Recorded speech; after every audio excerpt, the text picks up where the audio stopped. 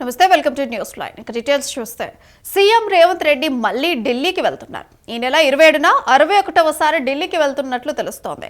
అక్కడే 2 రోజుల పాటు ఉండనున్నట్లు సమాచారం. పార్టీ పదవులతో పాటు కేబినెట్ విస్తరణ, రాష్ట్రానికి రావాల్సిన నిధులపై కేంద్ర పెద్దలతో ఆయన చర్చించనున్నారని తెలుస్తోంది. ఢిల్లీలో శనివారం కాంగ్రెస్ పార్టీ వర్కింగ్ కమిటీ సమావేశం జరగనుంది. దీనికి సీఎం రేవంత్ రెడ్డి హాజరు కానున్నారు. పార్టీకి సంబంధించి వివిధ అంశాలపై చర్చించనున్నారు ఆయన. ముఖ్యంగా ఉపాధి పథకం పేరు మార్పుపై ఈ సమావేశంలో ప్రస్తావించనున్నారు.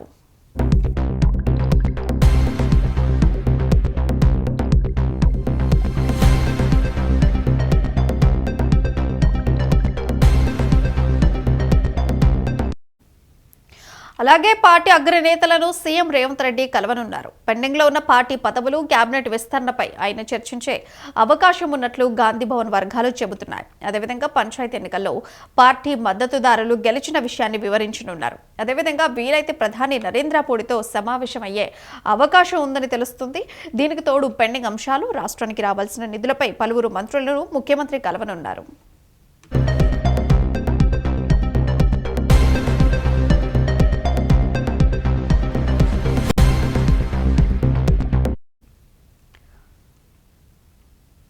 రేవంత్ రెడ్డి విద్యాశాఖ మంత్రిగా, ముఖ్యమంత్రిగా ఉండి బూతులు మాట్లాడుతున్నాడని మాజీ మంత్రి హరీష్ రావు ఆరోపించారు. కనీసం అర్బన్ రెసిడెన్షియల్ పాఠశాలలో ఉన్న అనాథ పిల్లలకు కడుపు నిండా అన్నం పెట్టడం చేతనైతే లేదా అని ప్రశ్నించారు. ఇవాళ మెదక్ జిల్లాలోని నర్సాపూర్ బీసీ రెసిడెన్షియల్ పాఠశాలను మాజీ మంత్రి హరీష్ రావు సందర్శించారు. ఈ సందర్భంగా విద్యార్థులతో కలిసి భోజనం చేశారు. అనంతరం హరీష్ రావు మీడియాతో మాట్లాడుతూ 5 నెలల నుంచి విద్యార్థులకు కాస్మెటిక్ ఛార్జీలు రావటం లేదని మండిపడ్డారు. మెస్ బిల్లులు 5 నెలల నుంచి ఎందుకు రావటం లేదని రేవంత్ రెడ్డిని ప్రభుత్వం ప్రశ్నించారు. అంటే ఇలా రేవంత్ రెడ్డి విద్యాశాఖ మంత్రి ఉన్నాడు. రేవంత్ రెడ్డి మాట్లాడితే బూతులు మాట్లాడుతున్నాడు. నువ్వే ఈ రాష్ట్రానికి విద్యాశాఖ మంత్రివి, నువ్వే ఈ రాష్ట్రానికి ముఖ్యమంత్రివి. అనాథ పిల్లలు, ఈ అర్బన్ రెసిడెన్షియల్ స్కూల్ అంటే బ్రిడ్జ్ స్కూల్లో ఉండే పిల్లలు అనాథ పిల్లలు, ముఖ్యంగా తల్లి తండ్రి లేని పిల్లలు. ఈ అనాథ పిల్లలకు కడుపు నుండి అన్నం పెట్టే చేతనైతలేదా నీకు? ఈ అనాథ పిల్లలకు కాస్మెటిక్ ఛార్జెస్ ఇవ్వడం చేతనైతలేదా? మాటలు పెద్ద పెద్దగా మాట్లాడతావు కదా. నేను చెట్టుకు కట్టేసి లాగులో తొండలు జొరగొడితే అప్పుడు అర్థమవుతుంది నీకు. ఈ అనాథ పిల్లలకు కూడా అన్నం పెట్టని రేవంత్ రెడ్డిని కొరడా దెబ్బలు కొట్టినా తక్కువే, చెట్టుకు కట్టేసి లాగులో తొండలు జొరగొట్టినా తక్కువే. నీకే మాట్లాడొస్తుందా? మాకు మాట్లాడరాదా? సీఎం రేవంత్ రెడ్డి చేసిన వ్యాఖ్యలపై మాజీ మంత్రి జగదీష్ రెడ్డి ఆగ్రహం వ్యక్తం చేశారు. రేవంత్ రెడ్డి గల్లీ స్థాయి నాయకుడని మళ్ళొకసారి నిరూపించుకున్నాడని విమర్శించారు. ఇవాళ సూర్యాపేట జిల్లా కేంద్రంలో జరిగిన విలేకరుల సమావేశంలో ఆయన మాట్లాడారు. నువ్వు కేసీఆర్ స్థాయి కాదని గుర్తుపెట్టుకో అని తెలిపారు. ఒక్కటి మాత్రం వాస్తవం అని, సాధారణ ఎన్నికలు వచ్చినప్పుడు నిన్ను మాత్రం ప్రజలే బండరాలు కట్టి మూసిలో వేస్తారని అన్నారు. ముఖ్యమంత్రి నీవు గల్లీ స్థాయి నాయకుడు అనేది మళ్ళీ ఒకసారి రుజువు చేసుకున్నావు. నిజమే, మాకు రాదా భాష? వాడెంత గొట్టంగాడు, కేసీఆర్ కాలి గోటి సరిపోడు అనొచ్చు. మేము కూడా మేము అనడం లేదు. నువ్వు రండవు, నువ్వు కొజ్జవని కూడా అనొచ్చు. మేము అనడం లేదు. మాకు విజ్ఞత ఉంది.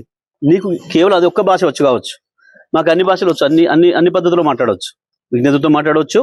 ఒకవేళ నువ్వు దాంట్లోనే పోటీ పెట్టుకుందాం అనుకుంటే అది కూడా మాట్లాడవచ్చు. ఎందుకు వస్తుంది? రండలు మాట్లాడే భాష అది. ఇతరులు చావు కోరుకోవడం అనేది రండగాలు చేసే పని, కొట్టాడేటోడు చేసే పని కాదు. ఒకటి దంతుంటే ఇంకోడు కింద పడి బొర్రెటోడు మాట్లాడే మాటలు అవి, శాపనార్థాలు పెట్టే మాటలు. ఎప్పుడు నీ పెరనడు ముట్టుకోలేదే కేసీఆర్? నీది కంపు నోరని తెలుసు, నీది మురికాలో కంటే అధ్వానమైన నోరని సంగతి కూడా తెలుసు. నువ్వు కేసీఆర్ స్థాయి కాదు, ఆ విషయం మొదలు గుర్తుపెట్టుకోను. ఏదో తంతే పొరపడ్డాడన్న సామెతతోని అది నిజమైన పద్ధతుల్లో వచ్చి కాసేపటికి ఆ పదవిలో పడుండొచ్చు నువ్వు, కానీ నీది ఆ స్థాయి కాదని మరోసారి నిరూపించుకున్నావు. ఈ రాయి కట్టుకొని నిలబడసావు, ఆ రాయి కట్టుకొని నిలబడసావు అని మాట్లాడుతున్నావు కదా. ఒక్కటి వాస్తవం నేను చెప్తున్నా, సాధారణ ఎన్నికలు వచ్చిన మరుక్షణమే ప్రజలు నువ్వు ఎక్కడ రోడ్డు మీద కనపడ్డా తప్పకుండా బండరాలు నీకు గట్టి హుసేన్ సాగర్లోనో మూసిలోనో పడేస్తారు. నీ బూతులకు నీ ఎదురుగా ఉన్న సర్పంచులే తిట్టుకున్నారన్నారు. 2 ఏళ్లలో కేసీఆర్ నీ గురించి ఒక్క మాట అయినా మాట్లాడారా? మరి నువ్వెందుకు బూతులు మాట్లాడుతున్నావని ప్రశ్నించారు. తప్పకుండా ప్రభుత్వం తోలు ఒలుస్తా అని అన్నారు. ఇక కేసీఆర్ ప్రజల్లోకి పోతా అంటుంటే నువ్వెందుకు వణుకుతున్నావని నిలదీశారు. నువ్వు, నీ పోలీసులు, నీ గూండాలు, నీ అధికారులు అందరు కలిసి ఎన్నికలకు వస్తే కూడా టీఆర్ఎస్ సైనికులు అద్భుతంగా వీరోచితంగా పోరాడి ఫలితాలు సాధించింది. దానికి భయపడుతున్నావు. దీనికే ఇట్లా ఉంటే మా బట్టలిప్తాడు, మా భాగవతం బయట పెడతాడు, రేపు మహబూబ్నగర్కి వచ్చి, రేపు నల్గొండకు వచ్చి, రంగారెడ్డికి వచ్చి మా దొంగతనాన్ని దొరకబడతాడు, ప్రజలకు అప్పచెప్తాడు అన్న భయంతోని, ఫ్రస్ట్రేషన్తోని ఈ బూతులు మాట్లాడుతున్నారు. ఎవరు ఒప్పుకోరు తెలంగాణ ప్రజలు. ఎన్నడూ లేదు తెలంగాణ చరిత్రలో ఇంత నీచమైన భాష మాట్లాడిన రాజకీయ నాయకుడు ఇప్పటివరకు కూడా లేడు తెలంగాణ చరిత్రలో ఎప్పుడు కూడా. నీకు వాళ్ళతో సమాసం ఎక్కువ ఉండి ఆ కల్చర్ తీసుకొస్తున్నాం ఇక్కడికి. ఆనాడు పొద్దున్నాక ఇప్పుడు తెల్లందాక చీకటి ఒప్పందాలు, చీకటి సవాసాలతోని ఆ గలీజ్ భాషను ఇక్కడ తీసుకొస్తున్నావు. నువ్వు ఎంత దిగజారినా మేము మాత్రం ఆ స్థాయికి రాము. మేము కేసీఆర్ చెప్పిన పద్ధతిలోనే ఉంటాం. రాక కాదు, మాట్లాడలేక కాదు. ఎవడు మాట్లాడితే వాడి మీద ఓ దొంగరాతలు రాస్తూ, చెత్తరాతలు రాస్తూ, కుటుంబాలను ఇబ్బంది పెట్టే పద్ధతుల్లో నువ్వు చేస్తున్న వెధవ పని తప్పకుండా నీకు శిక్ష ఇస్తుంది, శిక్ష పడుతుంది. నువ్వు ఇవాళ మాట్లాడుతున్న ప్రతి మాటకు, నువ్వు చేస్తున్న ప్రతి చర్యకు తప్పించుకోలేవు శిక్ష నుంచి. అది ప్రజల చేత పడుతుంది, చట్టం చేత పడుతుంది, శిక్ష వేయబడుతుంది. కేటీఆర్ను ఉద్దేశిస్తూ సీఎం రేవంత్ రెడ్డి నీ అబ్బా అంటూ చేసిన వ్యాఖ్యలపై బీఆర్ఎస్ మాజీ ఎమ్మెల్యే రసమై ఆగ్రహం వ్యక్తం చేశారు. తెలంగాణ ఉద్యమ బిడ్డలందరికీ శోభమ్మ తల్లి లాంటిదన్నారు. అలాంటి అమ్మను నీ అబ్బా అంటావా అంటూ మండిపడ్డారు. ఒకసారి నీ తల్లికి ఈ మాటలు చెబితే నిన్నే చీపురుతో కొడుతుందన్నారు. అసలు ఆ అమ్మ గురించి నీకేం తెలుసంటూ ప్రశ్నించారు. తెలంగాణ ఉద్యమ సమయంలో కంటి నిండా నిద్రపోకుండా ఉద్యమకారులకు అన్నం వడ్డి పెట్టిన చరిత్ర ఆమది అంటూ రసమై చెప్పుకొచ్చారు. ముఖ్యమంత్రి గారికి నేను వినయంగా మనవి చేస్తూ ఉన్నా. నేను ఒక 2 సార్లు ఎమ్మెల్యేగా పనిచేసిన, సాంస్కృతిక సారథి చైర్మన్గా పనిచేసిన, 14 సంవత్సరాలు తెలంగాణ ఉద్యమంలో ప్రభుత్వ ఉద్యోగాన్ని, టీచర్ ఉద్యోగాన్ని కూడా వదిలేసుకొని ఈ తెలంగాణ కోసం కొట్లాడిన వ్యక్తిగా చెప్తా ఉన్నా సార్. నేను చూసిన కొన్ని నిజాలు మీతో మాట్లాడుతూ ఉన్నా. మీరు చాలా తప్పుడు మాటలు మాట్లాడారు రేవంత్ రెడ్డి గారు. మీరు కేటీఆర్ని పట్టుకొని నీ అవ్వ అని అనొచ్చునా? మీరు అనొచ్చునా సార్? నువ్వు ఒక ముఖ్యమంత్రి కదా, ఏం మాటలు అంత అహంకారమా? అంటే ముఖ్యమంత్రి నేనున్నానా? ఎన్ని రోజులు ఉంటుంది నీ ముఖ్యమంత్రిగిరి?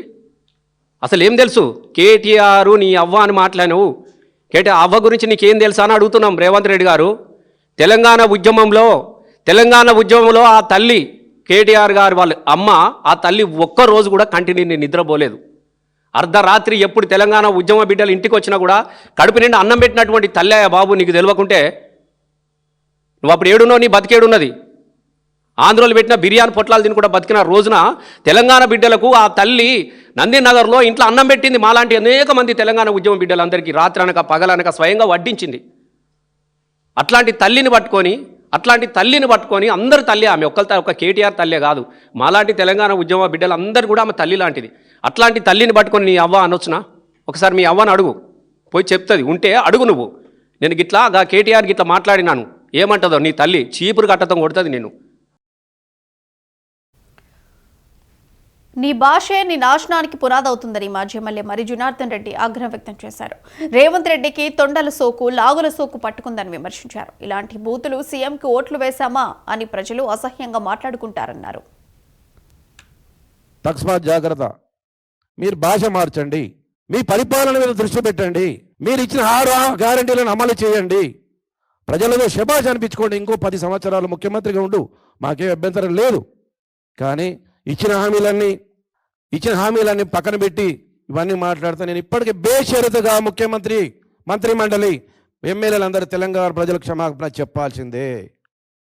లేకపోతే తెలంగాణ ప్రజలు మిమ్మల్ని క్షమించరు. చీకటి రోజుగా నేను కంపల్సరీ నీ మాట్లాడిన భాష తప్పకుండా తెలంగాణ చరిత్రలో నీ నాశనానికి, నీ వినాశనానికి పునాది కాబోతుంది ఆ లాంగ్వేజ్. అది గుర్తుపెట్టుకోండి. మాట్లాడడం తెలంగాణ ప్రజలకు ఒక సంస్కారం ఉంటుంది, ఒక వినయత ఉంటుంది, ఒక విధేయత ఉంటుంది. కానీ మరి నువ్వు నల్లమల బిడ్డ అంటావు. మరి నువ్వు ఎక్కడి నుంచి వచ్చినావు, ఏమని వచ్చినావు, మాట్లాడే భాష తప్పు. నిన్న మీరు మాట్లాడిన లాంగ్వేజ్ కూడా రిపోర్ట్ తెప్పించుకోండి. ఇట్లాంటి ముఖ్యమంత్రికి మేము ఓటేసినామని చెప్పి ప్రజలు అసహించుకునే స్థాయికి వచ్చిండ్రు. అది మంచి పద్ధతి కాదు అని ముందుకు చెప్తూ, ఇంకొకసారి అయినా ఇట్లాంటి లాంగ్వేజ్ మాట్లాడకుండా పాలన పైన, హామీల పైన, గ్యారంటీల పైన దృష్టి పెట్టాలని మీ ద్వారా ముఖ్యమంత్రి గారికి, మంత్రులకు, ఎమ్మెల్యేలకు నేను సూచన చేస్తున్నాను. రాష్ట్ర ప్రభుత్వం మళ్లీ రైతు భరోసా పథకాన్ని ఎగ్గొట్టే యోచనలో ఉందన్న అనుమానాలు బలపడుతున్నాయి. ఇప్పటికే 2 సార్లు రైతులకు రైతు భరోసా నిధులు ఎగ్గొట్టిన ప్రభుత్వం ఇప్పుడు మరోసారి అదే దారిలో సాగుతున్నట్లు ప్రచారం జరుగుతోంది. సంవత్సరం ముగియడానికి ఇంకా 5 రోజులు కూడా మిగలకపోయినా రాష్ట్ర ప్రభుత్వం మాత్రం రైతు బంధు అంశాన్ని పూర్తిగా పక్కన పెట్టినట్టుగా కనిపిస్తోంది. మరోవైపు రైతు భరోసా ఇప్పట్లో లేదని మంత్రి తుమ్మల నాగేశ్వరరావు కూడా చెప్పినట్లు తెలుస్తోంది. సాగు భూముల లెక్కలు తేలిన తర్వాతే రైతు భరోసా ఇస్తామని మంత్రి తుమ్మల చెప్పినట్లు సమాచారం. రాష్ట్ర వ్యాప్తంగా యాసంగి పంట పంట సాగు భూములను శాటిలైట్ మ్యాపింగ్ ద్వారా గుర్తించి ఉపగ్రహ చిత్రాల క్రోడీకరణ ప్రక్రియ పూర్తి చేసి ఆ తర్వాత వచ్చిన నివేదిక ఆధారంగానే రైతు భరోసా నిధులు విడుదల చేస్తామని అన్నారు.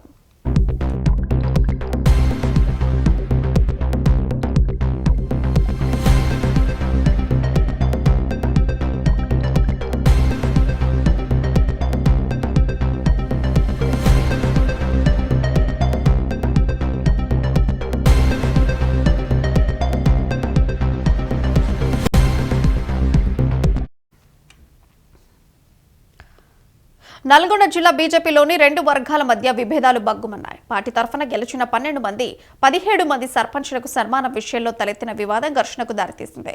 ఈ క్రమంలో బీజేపీ నేత పిల్లి రామరాజు, జిల్లా అధ్యక్షులు నాగం వర్షిత్ రెడ్డిల వర్గం మధ్య ఘర్షణ చోటు చేసుకుంది. ఈ నేపథ్యంలో నాగం వర్షిత్ రెడ్డి అనుచరుడు తన మొహంపై గుద్దాడని, వాడితో తన కాలు పట్టించి క్షమాపణలు చెప్పించాలని పిల్లి రామరాజు అనుచరుడు డిమాండ్ చేశారు. మరోవైపు ఈ కార్యక్రమాన్ని కవర్ చేసేందుకు వెళ్లిన మీడియా ప్రతినిధులు, ఫోటోగ్రాఫర్ల కెమెరాలను కొందరు నేతలు లాక్కొని డేటాను డిలీట్ చేశారు. దీనిపై జర్నలిస్టులు బీజేపీ కార్యాలయం ఎదుట నిరసనకు దిగారు. పార్టీ జిల్లా అధ్యక్షులు క్షమాపణ చెప్పడంతో వారు ఆందోళన విరమించారు.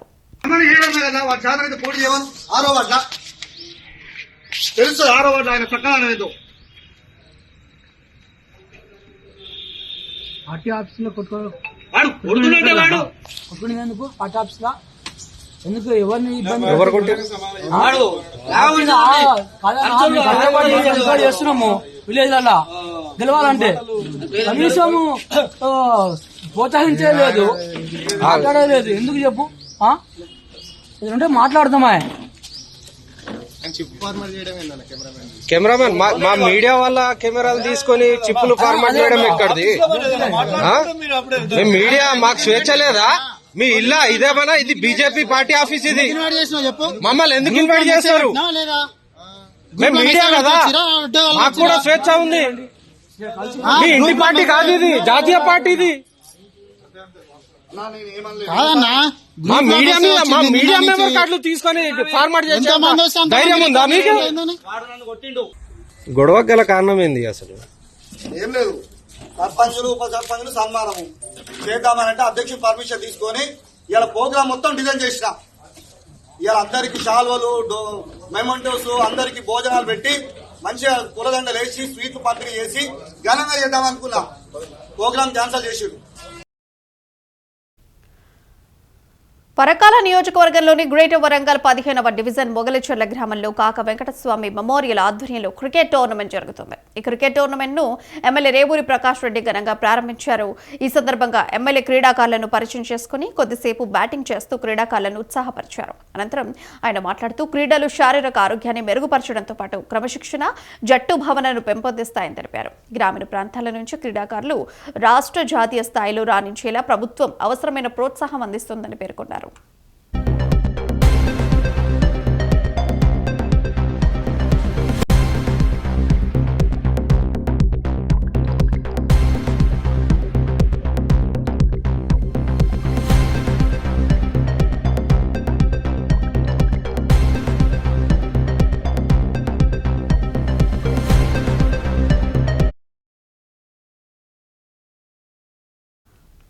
ఇళ్ల స్థలాల కోసం జయశంకర్ భూపాలపల్లి జిల్లా కేంద్రంలో జర్నలిస్టులు చేస్తున్న రిలే నిరాహార దీక్షలు 31వ రోజుకు చేరుకుంది. పట్టాలిచ్చి ఇళ్ల స్థలాలు కేటాయించకుండా కాలయాపన చేస్తున్న అధికారులు, ప్రజాప్రతినిధుల తీరును నిరసిస్తూ ఇళ్ల స్థలాల సాధన కోసం ఉద్యమాన్ని మరింత ఉధృతం చేస్తున్నట్టు వివరించారు. 2-3 రోజుల స్థలాలు కేటాయించకపోతే ఆమరణ దీక్షకు సిద్ధమంటూ హెచ్చరించారు. అలాగే ఎమ్మెల్యే క్యాంపు కార్యాలయాన్ని కలెక్టరేట్ ముట్టడిస్తామని మండిపడ్డారు. సో జనాల సమస్యల్ని వెలికి తీసి వాళ్ళ ప్రజల సమస్యల్ని ప్రభుత్వం దృష్టికి తీసుకెళ్లేటటువంటి జర్నలిస్టులంతా కూడా ఈరోజు ఒక దుఃఖంతో, ఒక బాధతో, ఆవేదనతో రోడ్డెక్కి దాదాపు 1 రోజులు గడుస్తుంది. అయినా కూడా ఒకవైపు అధికారుల నుంచి స్పందన లేదు, మరోవైపు నాయకుల నుంచి కూడా స్పందన లేదు. నాయకుల దగ్గరికి పోతే అధికారుల పైన నెట్టేస్తున్నారు నెపం, మరోవైపు అధికారుల దగ్గరికి వెళ్తే వాళ్ళతోనే పని అవుతుందని చెప్తున్నారు. సో అందినట్టే అందరి ద్రాక్షలాగా మా భూములు ఈరోజు కోల్పోతున్నటువంటి పరిస్థితి.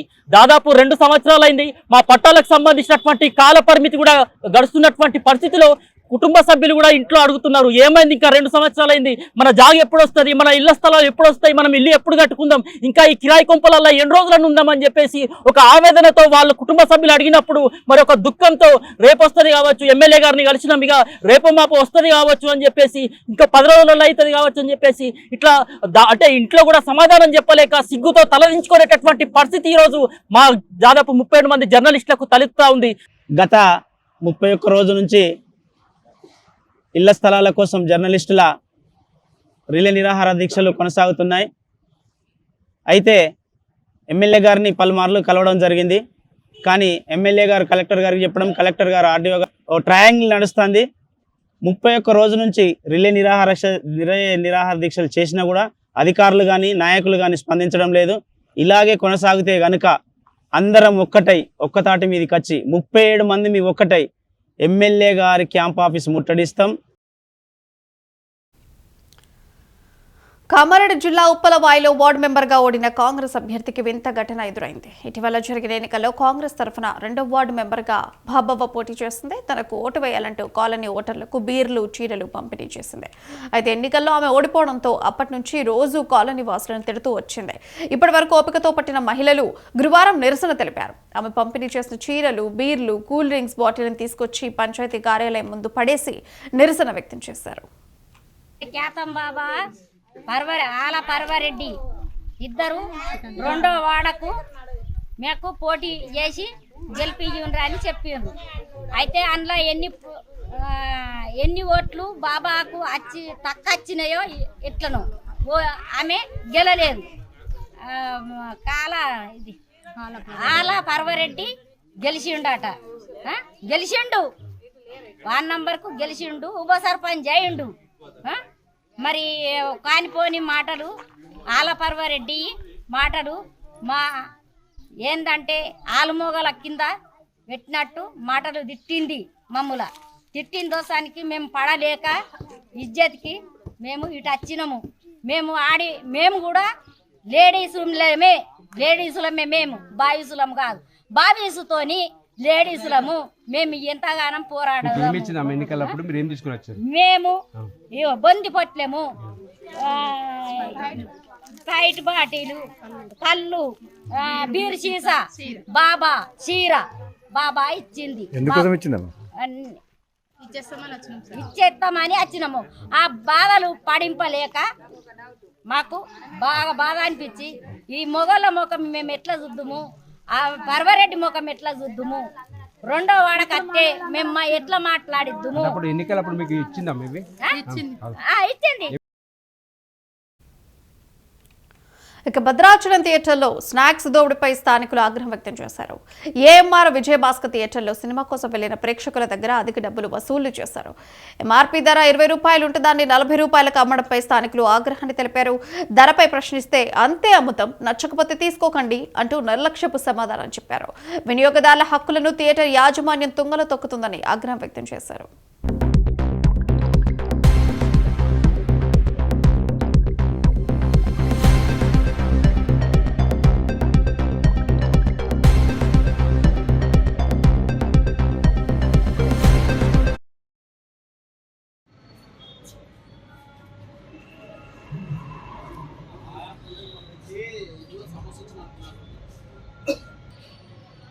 ఎంఆర్పీకి అయితే ఇవ్వరుగా మీరు, ఎంఆర్పీకి అయితే ఇవ్వరు కదా. అదే 20 రూపాయలది 30కి అమ్ముతున్నారు. ఎంఆర్పీకి కూడా అమ్మరు, ఎక్కువైతేనే అమ్ముతారు, అంతే కదా. 20 రూపాయలది ఎంఆర్పీకి, ఎంఆర్పీ 20 రూపాయలు, 30కి ఎలా అమ్ముతున్నారు? 30కి ఎలా అమ్ముతున్నారు? సినిమా థియేటర్ అయితే ఇష్టం వచ్చినట్టు అమ్ముతారా? ఎలా అమ్ముతారు? 10 రూపాయలు ఎక్కువ.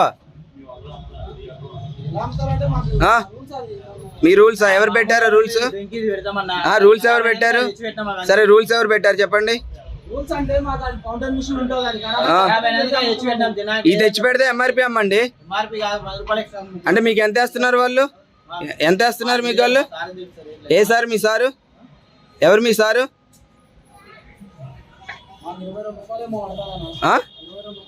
ఏ యాదవ కూడా ఇవ్వడు, అర్థమవుతుందా? ఎంఆర్పీ మీద ఎక్కువ ఎవడు ఇవ్వడు, అర్థమవుతుందా? ఇప్పుడు ఎంఆర్పీ అయితే ఇవ్వరు మీరు. ఎంఆర్పి అయితే ఇవ్వరు, అంతే కదా. ఇప్పుడు ఈ ఎంఆర్పి అయితే ఇవ్వరు, అదే 20 రూపాయలు 30 రూపాయలు, అంతే కదా. తక్కువ అయితే ఇవ్వరు. ఓకే.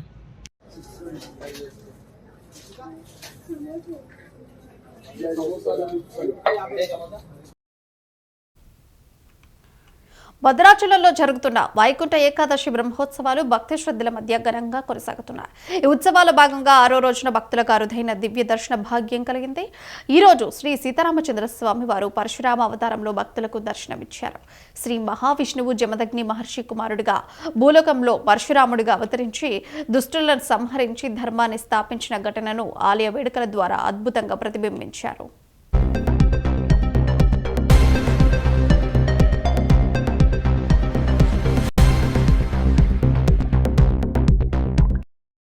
పరశురాముడు రామావతార సమయంలో కూడా తనలో ఉన్నటువంటి వైష్ణవాంశను రామచంద్రమూర్తికి ప్రసాదిస్తాడు. భారతంలో కూడా భీష్మాచార్యుడికి సైతం కూడా ఆచార్యుడిగా నిలిచి ఆ తదనంతరం తాను ఏదైతే మొత్తం జయించడం జరిగిందో ఈ భూమినంతా కూడా కశ్యప మహర్షికి దానంగా ఇచ్చి మహేంద్రగిరిలో నివాసముంటున్నాడు. అంతేకాకుండా పితృవాక్య పరిపాలకుడుగా తొలిగా కీర్తించబడినటువంటి వ్యక్తిగా పరశురామ అవతారం మనకి విఖ్యాతి చెందింది. దానికి మెచ్చినటువంటి తండ్రి ఈయనకి చిరకాలం జీవించేటువంటి వరాన్ని ప్రసాదిస్తాడు. అలాగా చిరంజీవిగా కూడా విఖ్యాతి చెందినటువంటి వ్యక్తి మనకి పరశురాముడు. అంతేకాకుండా పాంచరాత్రాగమంలో భార్గవతంత్రం అనేటువంటి గొప్ప సంహిత ఉన్నది, దాన్ని కూడా అనుగ్రహించినటువంటి వ్యక్తిగా మనకి పరశురాముడు కనిపిస్తాడు. అటువంటి దివ్యమైనటువంటి పరశురామ రూపంలో ఈనాడు భద్రాచల రామచంద్రమూర్తి వైకుంఠ ఏకాదశి మహోత్సవాలలో భాగంగా 6వ రోజున దర్శనాన్ని కృపజేస్తున్నారు. అటువంటి దివ్యమైనటువంటి పరశురాముణ్ణి దర్శించడం వల్ల సకల శుభాలు పొందుతారని, అంతేకాకుండా శుక్రగ్రహ సంబంధమైనటువంటి బాధలు ఏవైనా ఉంటే అది పరశురాముణ్ణి ఆరాధించడం వల్ల తొలగుతాయని మనకి జ్యోతిష్ శాస్త్రం చెబుతుంది. అటువంటి దివ్యమైనటువంటి రూపాన్ని దర్శించి తరించవలసిందిగా కోరుతూ జై Sriram. That's all for now. చూస్తూనే ఉండండి న్యూస్ లైవ్.